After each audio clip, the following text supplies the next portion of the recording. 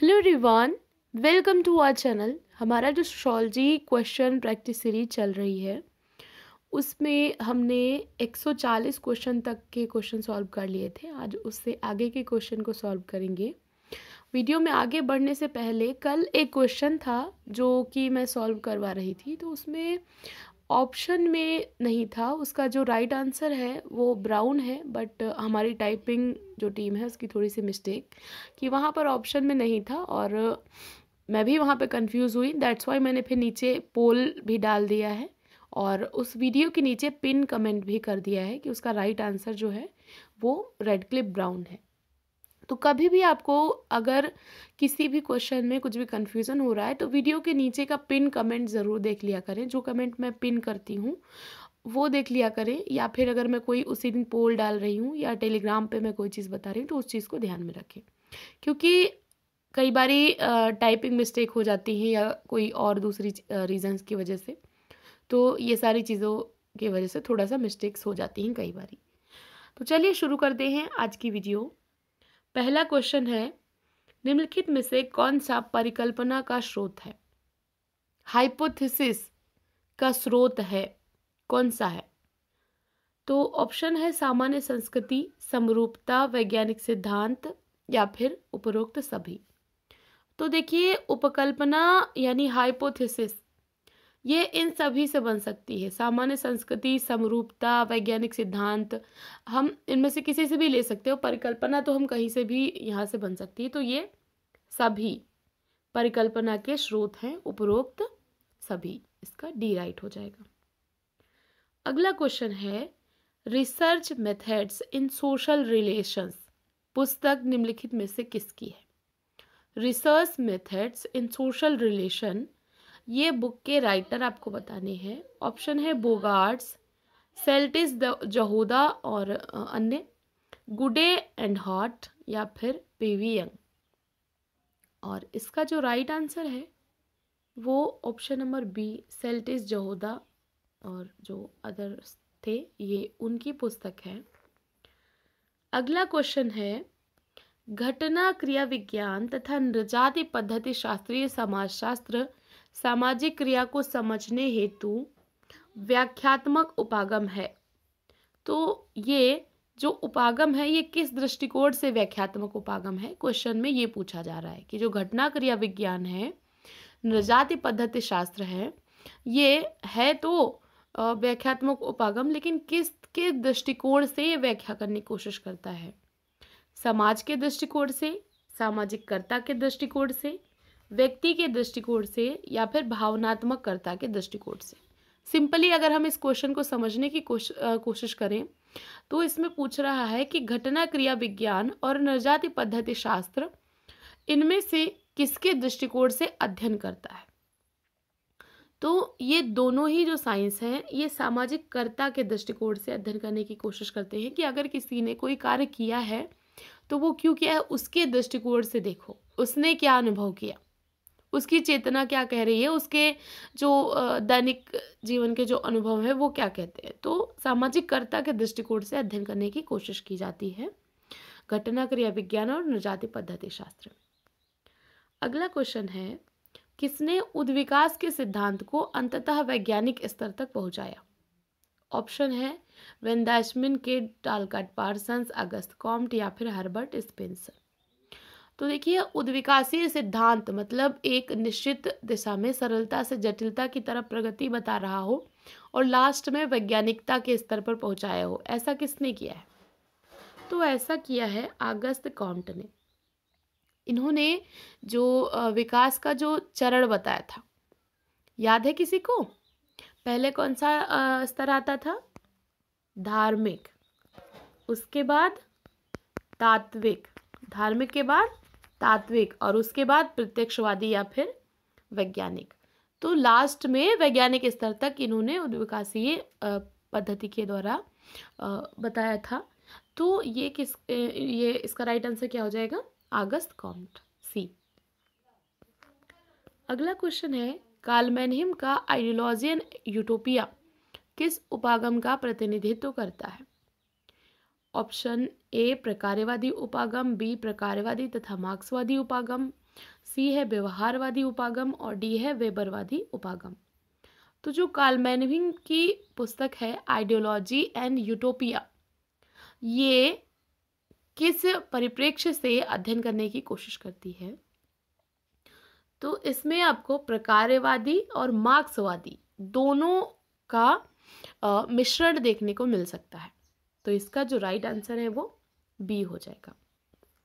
अगला क्वेश्चन है, सामाजिक उद्विकास तथा सामाजिक प्रगति के बीच किसने भेद प्रस्तुत किया है? सामाजिक उद्विकास तथा सामाजिक प्रगति, इनके बीच में किसने भेद प्रस्तुत किया है?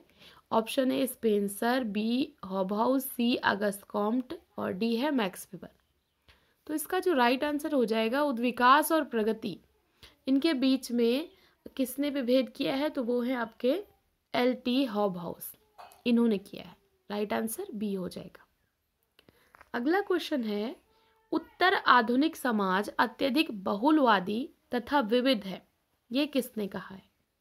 ऑप्शन है एंथोनी गिडिंग्स, ई.पी. फंक्शन, सॉसरे या फिर फ्रेडरिक जंक्शन। मैंने कल भी बोला था टाइपिंग कभी कभी इतनी वॉश्ड हो जाती है कि पढ़ने में नहीं आता कि लिखा क्या है। खैर, इसका जो राइट आंसर है वो है ए। इन्होंने माना था कि जो उत्तराधुनिक समाज है बहुत ज़्यादा बहुलवादी है, बहुत ज़्यादा विविधता है। अगला क्वेश्चन है, प्रश्नों की वो सूची जिसमें अनुसंधानकर्ता प्रश्नों के उत्तर स्वयं भरता है, क्या कहलाती है? ऑप्शन साक्षात्कार निर्देशिका, साक्षात्कार अनुसूची, प्रश्नावली या इनमें से कोई नहीं। तो प्रश्नों की एक ऐसी सूची जहां पर जो रिसर्च करने वाला है वो प्रश्न पूछता है और उनके उत्तर खुद से ही लिखता है, तो उसको हम कहेंगे कि वो साक्षात्कार अनुसूची है। देखो, अनुसूची और प्रश्नावली में सिर्फ इतना ही डिफरेंस है, दोनों ही प्रश्नों की सूची होती हैं, लेकिन जो प्रश्नावली होती है उसमें उत्तरदाता उत्तरों को भरता है। यहाँ पर कौन भरेगा? उत्तरदाता। कभी कई बार होता है ऐसे क्वेश्चन है जो आप किसी के सामने नहीं बता पा रहे हैं, या फिर जनसंख्या का क्षेत्र इतना ज़्यादा है कि आप सामने जा कर के एक एक पर्सन से रिसर्च नहीं कर पाएंगे, तो वहाँ पर प्रश्नावली भेजी जाती है। लेकिन जहाँ पर पॉसिबल होता है आप सामने से जाकर के रिसर्च करते हैं, प्रश्न पूछते हैं और उनके उत्तर खुद ही फिल करते हैं, तो उसको कहते हैं अनुसूची। तो साक्षात्कार अनुसूची इसका राइट आंसर बी हो जाएगा। अगला क्वेश्चन है, निदर्शन का वो प्रकार जिसके समग्र की प्रत्येक इकाई को चुने जाने का समान अवसर प्रदान किया, इसको क्या कहते हैं? मतलब ऐसे सैम्पलिंग मेथड जहाँ पर जितनी भी इकाइयाँ हैं उनमें से सभी को ये अवसर होता है, कोई भी इकाई चूज़ की जा सकती है, तो उस वाले सैम्पलिंग को हम क्या कहेंगे?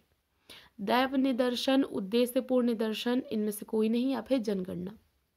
तो इसका जो राइट आंसर है वो है दैव निदर्शन। इसमें कोई भी इकाई चुनी जा सकती है, सभी को चुने जाने का समान अवसर प्राप्त होता है। सैम्पलिंग अगर आपका क्लियर नहीं है तो सैम्पलिंग से रिलेटेड मैंने वीडियो बनाई हुई है, आप प्लेलिस्ट में जाएंगे तो यूनिट 2 में जब आप देखेंगे तो वहाँ पर आपको मिल जाएंगी। अच्छा, कल कुछ लोगों के क्वेरीज थी, कुछ लोग बोल रहे थे कि मैम बेसिक से स्टार्ट करिए, तो उनके लिए मैं बताना चाहूँगी आप प्लेलिस्ट चेक करिए, आपको सोशोलॉजी न्यू सीरीज़ करके वीडियो मिलेगी, वहाँ पर मैंने बिल्कुल स्टार्टिंग से उठाया था टॉपिक्स और बिल्कुल बेसिक से पढ़ाया है, और उसके बाद फिर आप आएंगे तो आप सारी प्लेलिस्ट चेक करिए, आपको बिल्कुल बेसिक से एडवांस लेवल तक के सारी वीडियोस मिलेंगी, तो वो सारा कुछ मैंने कवर अप करवाया हुआ है। हाँ, अगर क्वेश्चन की बात है तो मैं कोशिश करूँगी कि अगर हो पाता है, मैं टाइम निकाल पाऊँगी तो मैं ज़रूर कराऊँगी। नेक्स्ट क्वेश्चन है, एस.सी. दुबे ने विकास के सांस्कृतिक पहलू के विश्लेषण में किस अवधारणा पर प्रकाश डाला? ऑप्शन है धार्मिकता, निजातीयता, नैतिकता या फिर पारस्परिकता। और इसका जो राइट आंसर है वो है निजातीयता। ठीक है, बी इसका राइट आंसर है। अगला क्वेश्चन है, प्रगति का अर्थ है परिवर्तन, तो कैसा परिवर्तन? प्रगति का जो प्रगति से हम क्या समझते हैं, किस तरीके का परिवर्तन? एक निश्चित या वांछनीय दिशा में, किसी दिशा में, एक निश्चित दिशा में, या फिर इनमें से कोई नहीं। तो जब भी बात आती है प्रगति की तो इसका मतलब होता है कि एक निश्चित दिशा है और वांछनीय है, जैसा हम चाहते हैं उस दिशा में परिवर्तन। तो निश्चित और वांछनीय दिशा में परिवर्तन को हम कहते हैं प्रगति। अगला क्वेश्चन है, किनशिप ऑर्गेनाइजेशन इन इंडिया, इस पुस्तक के लेखक कौन है? ऑप्शन है पीएच प्रभु, इरावती कर्वे, जीएस घुरी, वीरेंद्र नाथ चौहान। तो ये जो पुस्तक है ये लिखी है इरावती कर्वे ने, किनशिप ऑर्गेनाइजेशन इन इंडिया। अगला क्वेश्चन है, निर्धनता की परिभाषा सामान्यतया 2 पद्धतियों से की जाती है, निम्नलिखित में से सही उत्तर का चयन करें। ऑप्शन ए सकारात्मक और नकारात्मक, बी है निरपेक्ष और सापेक्ष, सी है सामाजिक तथा आर्थिक, और डी है उपरोक्त में से कोई नहीं। तो निर्धनता की परिभाषा 2 पद्धतियों से की जाती है, उनमें से कौन सा है? कौन कौन सी पद्धतियों से निर्धनता की परिभाषा या निर्धनता की माप की जाती है? तो जब भी बात आती है निर्धनता की, तो हम 2 तरीके की निर्धनता की बात करते हैं, एक होता है निरपेक्ष, एक होता है सापेक्ष। निरपेक्ष का मतलब हुआ जो वास्तविक रूप से निर्धन है, मतलब किसी के पास मूलभूत सुविधाओं का अभाव है तो हम उसको कहेंगे कि वो वास्तविक रूप से निर्धन है। लेकिन सापेक्ष का मतलब है किसी की तुलना में वो खुद को निर्धन महसूस कर रहा है, उसके पास मूलभूत सुविधाएं हैं लेकिन वो उसको लगता है कि किसी दूसरे के पास उससे ज़्यादा भोग विलास की सुविधाएं हैं, तो फिर वो खुद को निर्धन महसूस करता है, तो ये हो जाता है सापेक्ष। तो इसका बी करेक्ट हो जाएगा। अगला क्वेश्चन है, marriage and family in India, इस पुस्तक के लेखक कौन है? Marriage and family in India, इसके लेखक हैं के.एम. कपाड़िया। अगला क्वेश्चन, नाभिकीय परिवार के 4 मुख्य कार्यों में प्रजनन, बच्चों का लालन पालन, नियोजन, समाजीकरण, ये किसने बताया है? Option KM. Kapadia, Kingsley Davis, dean Ambrose या फिर मर्डॉक। तो इसका जो राइट आंसर है वो है किंग्सले डेविस, बी इसका करेक्ट है। अगला क्वेश्चन है, धर्म का सामाजिक सिद्धांत किसने प्रतिपादित किया है? Option A Karl Marx, B Emanuel Durkheim, C Max Weber, और डी है ई.डी. टेलर। तो धर्म का सामाजिक सिद्धांत किसने प्रतिपादित किया है? इसका जो राइट आंसर है वो है option number B Emanuel Durkheim. अगला क्वेश्चन है, औद्योगिक समाज के विश्लेषण में स्वयं में वर्ग तथा स्वयं के लिए वर्ग का प्रयोग किसने किया है? स्वयं में वर्ग और स्वयं के लिए वर्ग, ये किसने किया है? Option A Randall Collins, B Karl Marx, C George Simmel, D है मैक्स वेबर।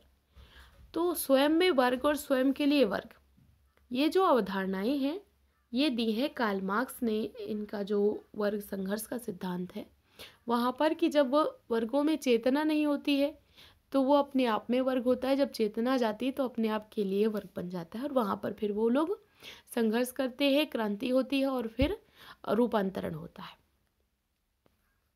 अगला क्वेश्चन, एम.एन. श्रीनिवास ने भारत में सामाजिक और सांस्कृतिक परिवर्तन के विश्लेषण के लिए पश्चिमीकरण के निम्नांकित मॉडलों में से किस एक मॉडल को सर्वाधिक महत्वपूर्ण माना?